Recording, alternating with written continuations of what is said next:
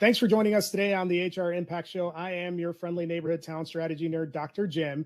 And today we're going to learn why just because there's uncertainty in your environment doesn't mean that you can't create a culture of honest communication and trust. That honesty can't be built without alignment at all levels within your organization.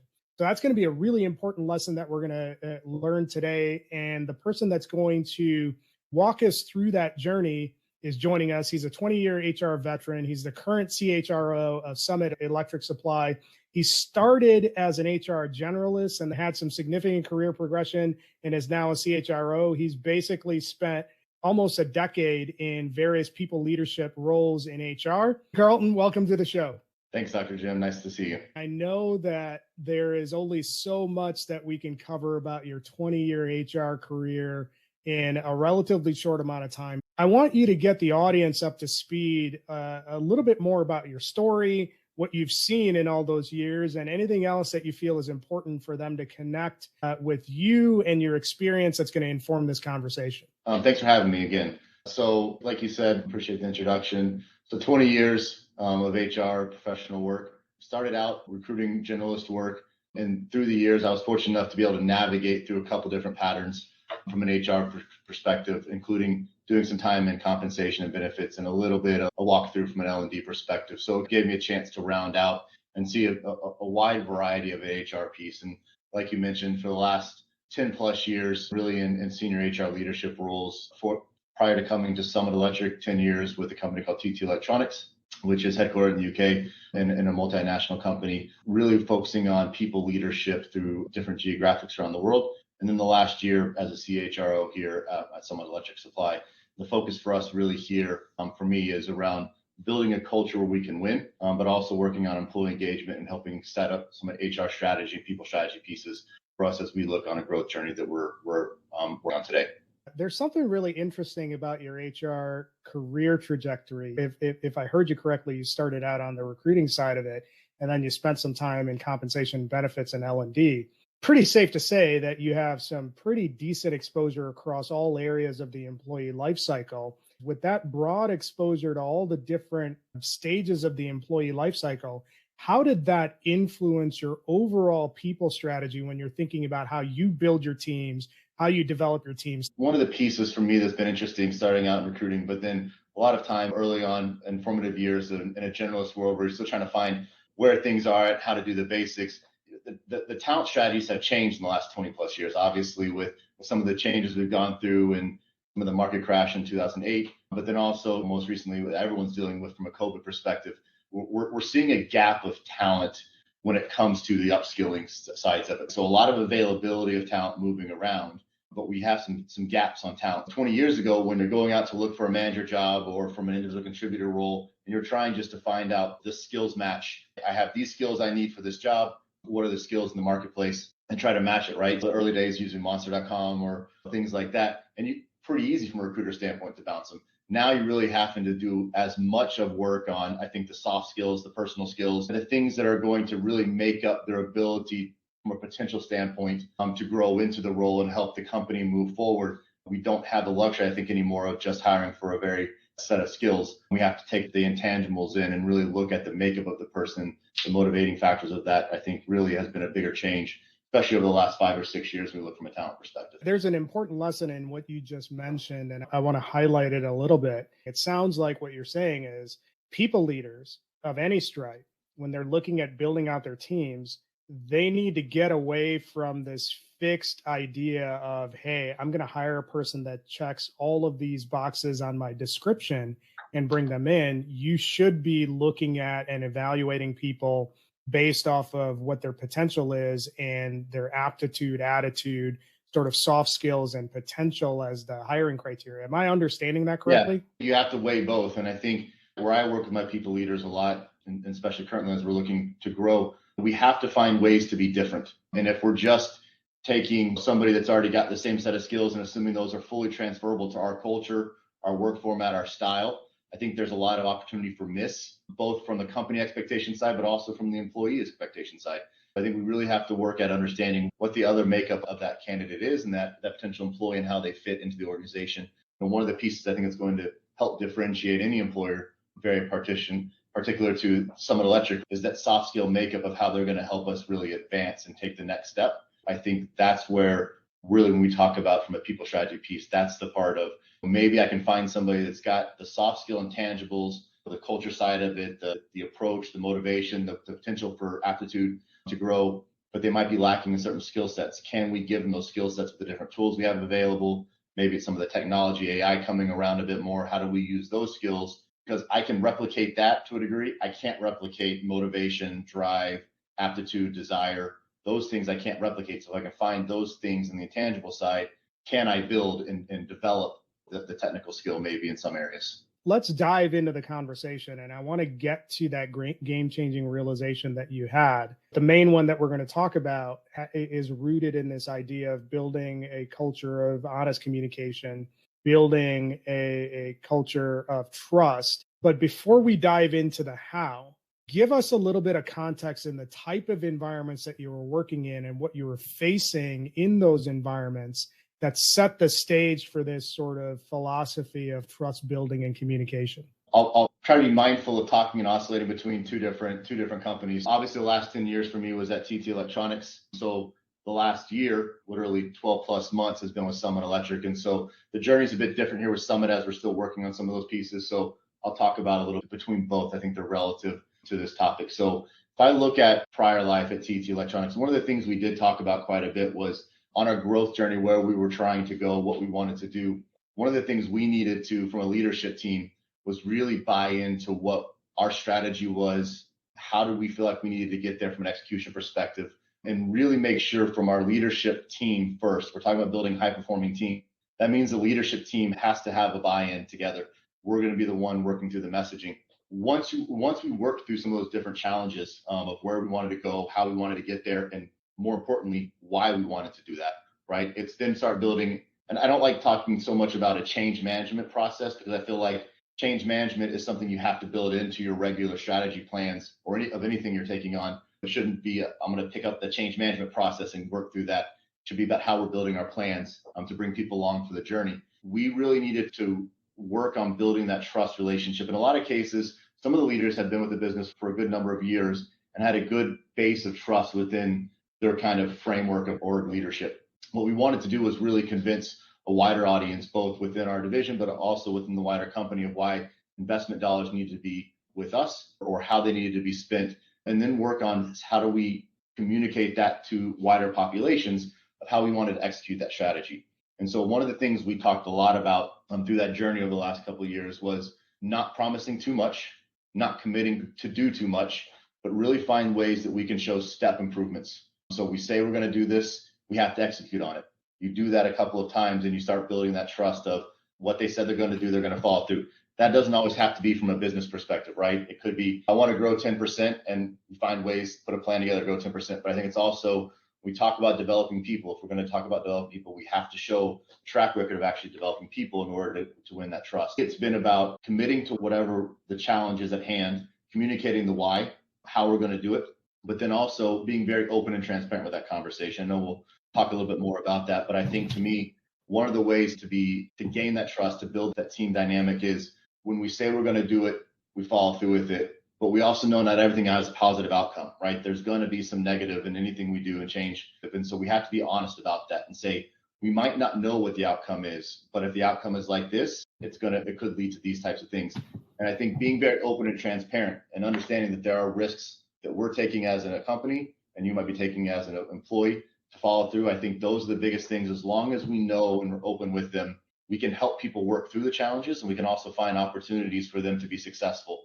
So to me, a lot of it was around the open transparency of, if you just tell everyone it's rainbows and sunshine, we're realistic and we know it's not the case. So we have to talk about what some of the rainy day might look like and how we're going to surface through that. And I think using that as our framework allowed us to be successful over those number of years from growth. For some of the folks that might be listening to the conversation, that seems pretty basic, but I'd like you to pull out a little bit more on it, because the environment that you're in, an organization that's a multinational or international organization, and their growth model had a significant component in it that was growth by acquisition. So when we're talking about building trust, building transparency, holding true to the things that you commit to. That sounds great. And that seems pretty basic.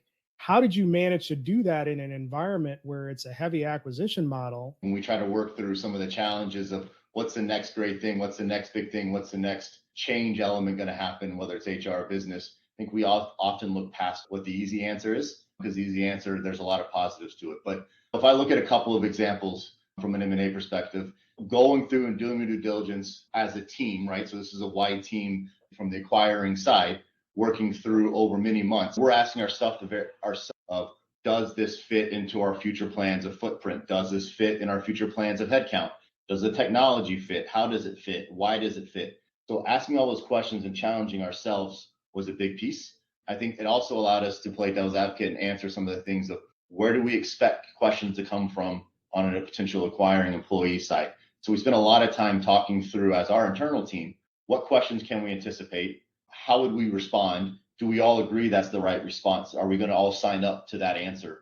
So I think that was a big piece for us. You don't want to ask one person and get one answer and ask somebody else the same question and get a different answer, because we're losing trust in that process. And so one of the things is making sure that we all understand and agree to what our outcomes are, what our plans are. And so for us, when we went through an acquiring process, we also had conversations with the acquiring leadership and ownership to say, here's our thoughts, here's our plans. And we spent time having those conversations about people, products, places, all those things to test it out. We weren't trying to gain necessary buy-in. We weren't trying to get a sway one way or the other. It was trying to be, how's this going to read? Where are the other questions going to come from? Because we did want to make sure we were being very open and transparent. So then when it came time to announce day one of acquisition, and you're now part of our family, being able to answer those questions flat out, straight, very open and honest. In a lot of cases, doing so without the questions having to be posed. So we're volunteering the questions and the answers to start off the conversations, because some people don't want to ask those questions that are on their minds. And so let's just start the conversation. Let's prime the well to get them going. And so I think that was a big piece for us. Then after that, that sounds nice. It's nice to be part of a bigger company, but we're going to wait and see, because we don't know you. We don't believe in you. And so we really don't know if this is something that we can trust or buy into yet. We're scared for our jobs, for our family. I like how you called out the last part of it where, hey, we don't know you. We're going to wait and see how it shakes out, because that's pretty common as part of the group that gets acquired. One, what were the things that you did to show the folks that were acquired, or show the team that was acquired, here's how we're centered, here's how we operate? And then the other part of that question is, how did that show up in those exit conversations? There's a couple of things in there we can talk through without getting too specific about certain events. I think one thing is I was blessed to be part of a great leadership team, both from a senior team above me, but also my peers working through the process. And one of the things we always tried to do was lead with where our company's vision and values were. So one of the things we looked at in an opportunity always was, from an acquiring perspective, does their culture, do their values, do their roadmap of where they're trying to go as a company align to where we are trying to go? It's a lot easier to bring somebody in when those two things look similar or feel similar and feel the same. So that was one of the pieces we did quite extensively in our work of, do their values match up with our values? Do their culture match up with our culture? Do they have the kind of same things inherent to them that's made them successful and made them attractive for us to want to acquire them, fit to where we're going? So I think that's one of the key things of having leadership that does believe in it and make sure that we're looking for that alignment and fit. I think the other thing you talked about, or you asked about, was around not everyone's going to be along for the journey after a period of time. And how do you handle some of those conversations that are challenging when people might not be part of the process? And I think each one of those, and I can think of some of the scenarios, we knew going into it that some people might not be. And in a lot of cases, we know who those might be, right? We knew who might not make it for whatever reasons. Some because they said, we don't want to be a part of it going forward. This is our time to step aside and let a next group come in. But we handle those with dignity. And so we built those, in our instances, we built those into a process of cost. So we factored in doing the right thing by those people, so that we were looking at the evaluation of the business. Do those make sense for us, and that we're treating those people fairly, and in some cases maybe more than fair, than an overall type of communication. We also wanted to make sure that we know that if those people had been loyal from an acquiring perspective to that leadership team or to a leader, that they're going to look at that and see, how is that person treated? Because if they can be treated that way, how am I going to be different? And so it's really making sure that when we go through that process that we're crafting that message together of how we're going to go through an exit piece, or how we're going to have a conversation about maybe a different role change even. So not leaving the business, but you're going to do this role now, and make sure that everyone's comfortable with it. And again, much like we talked about from an acquiring perspective, that we're all having conversations to agree to what we're going to say, that everyone has a chance to say, hey, I'm not good with that. I think it should be said this way or done this way, so that we all leave that process. We're all communicating the same thing. Because again, I think it comes back to the open communication process. What I can say is that through a lot of those acquisitions, we didn't have the exits. We built the process of strategy so that people could stay, but also so that they could grow with us. One of the things we wanted to do was find ways to bring people up. So if people see that there's a future and you can make development steps up in your career, and obviously more money comes along with that, maybe do something different in a bigger company. We wanted to make sure that we provide those opportunities as well, because they become good. When we're not in the room, they're our advocates for us. They're saying all the things. They talked about this and they've delivered it, and it's worked out well for me. And I think that if you buy in, it'll work that way as well for others. I think that to me has been a big thing too, is watching some acquisitions where people that were part of the acquiring team actually really benefit from these new opportunities. And again, you're following through on that development, that career piece. It sounds like almost the default mindset of the leadership team was, let's try to provide a development pathway as much as we can. And when we can't, let's deal with things with a level of dignity where we're showing people who we are versus just saying and telling people who we are. Where did that come from when it comes to how are you going to deploy your people strategy? How did you land on that general philosophy versus what typically happens in an acquisition is, all right, we acquired you. We're going to strip everything down to the studs. We're going to take your tech, and then the rest of you can beat it. I was fortunate to be in a business when we were looking at doing the acquiring side. We were looking for adjacent business, not duplicity of business. And so I think there is a challenge when you are looking for duplicity of business. I'm trying to buy your customer list or your IP, and that's all I need from you, because I have people that can do that. I just need that technology, that customer entry. For where I was at, we were looking for a lot of adjacency business, things that were in line with the same technology, but maybe the time to market was going to be too long for us, or we hadn't proven out enough of a right to play in that space. And so we were able to go buy somebody that was a add-on for us to actually move us forward as a force multiplier versus doing something that was similar or the same. So it allowed us, when we looked at what were the right opportunities for us, that's where we spent a lot of time. So it really went back to leadership and the board at that time, really focusing in on what we were trying to do from an M&A strategy, and then executing, having a great M&A team to work the execution on finding those opportunities and bringing those two for evaluation. I really like how there's a coherent strategy when it comes to who you're going to acquire. We don't want duplication. Our preference is adjacency so that we can expand market share. Now, that brings us to what we opened the conversation with, where if you want to build a culture of honest communication, a culture of trust, that requires alignment across all levels. So bring us behind the curtain and walk us through the process that you went through to get leadership aligned to have a cohesive vision and purpose going forward. And this, I think I can actually talk about prior and as well as my current at Summit Electric, because there's very similar issues that I think took place. Both of them, we had a leadership team, a senior leadership team that was very clear on who we wanted to be. We had a desire to be very cohesive when it comes to what our values are. What's our mission statement? What are we trying to accomplish? Who do we want to be? Who do we want to be known as? Having those pieces there as I think the framework allow us to start those conversations. I think the next step for us was really around when we go and actually work on communicating, whether it's a strategy, an acquisition play, a growth play for us, or maybe, you know what, it's just about getting better at what we do today.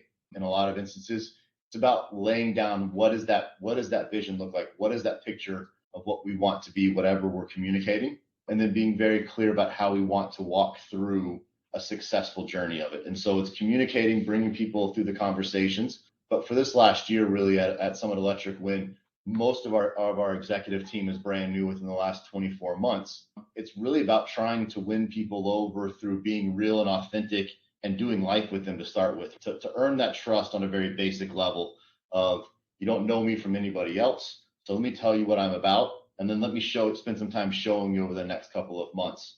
And hopefully through that showing of who I am, how we're going to communicate, things we're going to talk about, and then ultimately the follow-up on those items starts laying that groundwork for people to look at and say, you know what, there's something for us to believe in this leadership team and the direction we're going. And you're going to start building some of those little steps of follow. And then you have to keep executing. But it all comes down to, I think, being very human, right? Being very transparent in who you are.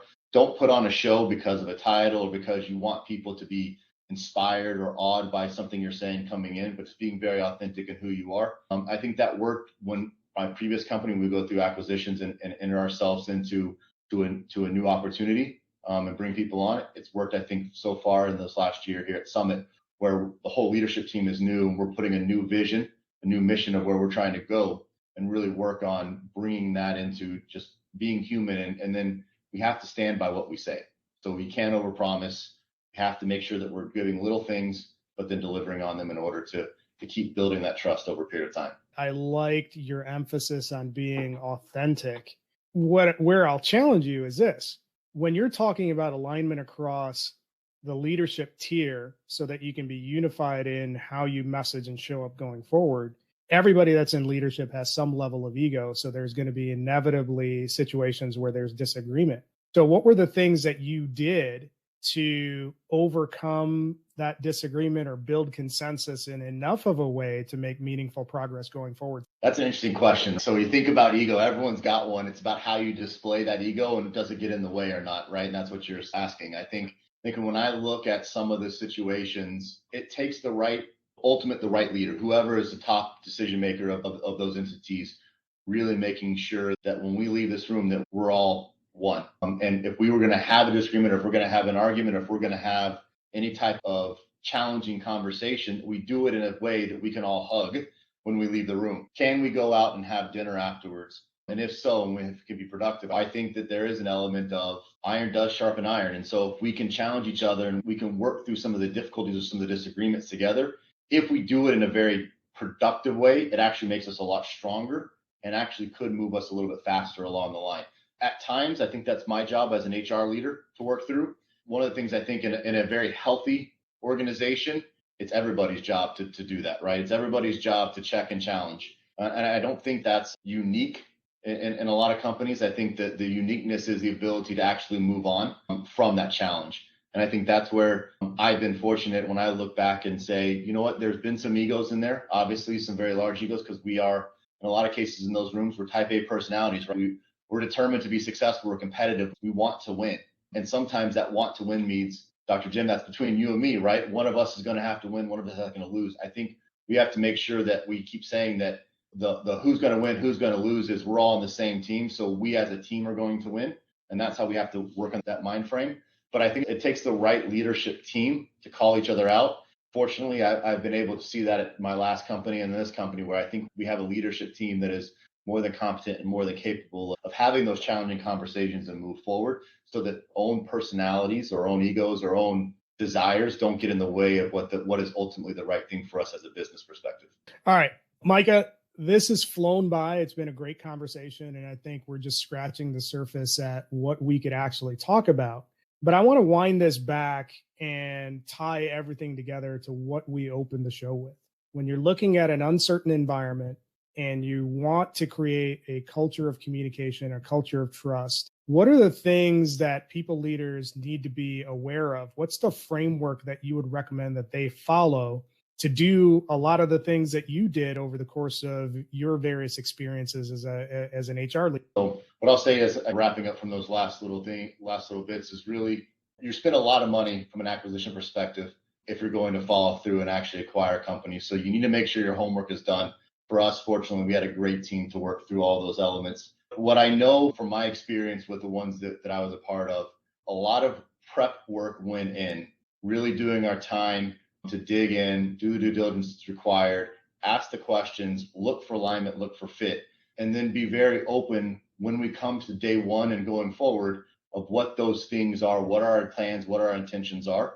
So again, we talked about transparency and open, honest communication. There's already going to be uncertainty from the acquiring group. So being very clear with what we know, and if we don't know, just be very comfortable with saying, I don't know, we'll either work through that or we'll work to find an answer, or you know what, that's something great for you to come along the journey with us and let's figure it out together. But from my experiences of the M&As that I was a part of, the vast majority of the employees that were acquired are still there today. They're still performing. The product and technology that was very attractive for us is growing. It's thriving in a customer environment. And I also know there were a large number of people, or good handfuls of people, that have been promoted up, that had taken larger steps in their career because of the opportunities that were forfeited of being acquired by a bigger company. And so I think that those things really say that, if we stick to a game plan, if we work to be open and honest throughout that process, bring people along for that journey. Hey, you know what? You're part of this family now. So we can't be the only ones making the decisions. We have to do this as a group. And so where those things are available to you, you need to make sure that you're bringing them in just like you would your associates prior to that acquisition, to make sure that those conversations are there. I think that when it came down to it, one of the things that worked out really well is looking for opportunities that fit who we were as a company.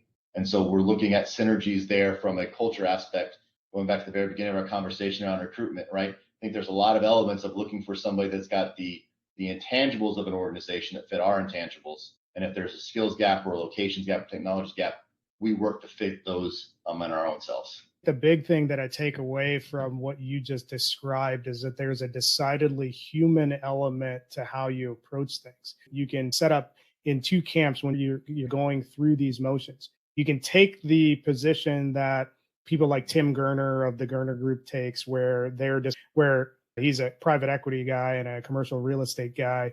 And he's taken the position that, hey, employees need to understand their place and they need to understand that they work for us. And that's what the relationship is.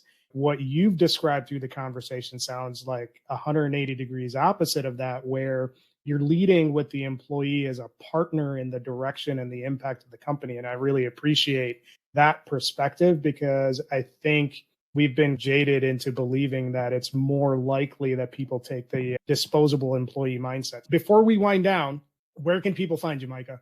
Yeah, so I'm on LinkedIn. It's Micah Carlton, his first and last name. That's usually where I do most of my professional networking side of it. Outside of that, it's my own personal stuff. From a social network side, I usually leave that outside of it. But you can also find me at my current company at Summit Electric. So it's summitelectricsupply.com. And you can find all the things that we're doing there and more information about me on our homepage there. Thanks for hanging out with us, Micah. I think when I think about this conversation that we've had, there are three big things that stand out to me that I think anybody that's a people leader should have in mind. One, and this sounds so cliche, but you should lead with being human. Look at things from a people to people, person to person perspective versus just a line item in a spreadsheet perspective. That was an important thing that I pulled out of the conversation. But there's two other things that really stand out. And it's these questions. When you're trying to do something, when you're trying to make impact, when you're trying to do change management, these two questions should drive your behavior. Who do you want to be, and how do you want to be remembered? How you answer those questions is going to determine what sort of organization you're building, what level of trust you have, what level of cohesion you have, how engaged your people are. And that's really a few of the things that came out of this conversation. Micah, I appreciate you hanging out and sharing your insights and your experience with us. I think the listeners are going to get a great amount of value out of what we talked about. For those of you who have checked out the conversation, leave us a review and tune in next time, where we'll have another leader coming on the show to talk about the game-changing realizations that they had, which helped them build a high-performing team.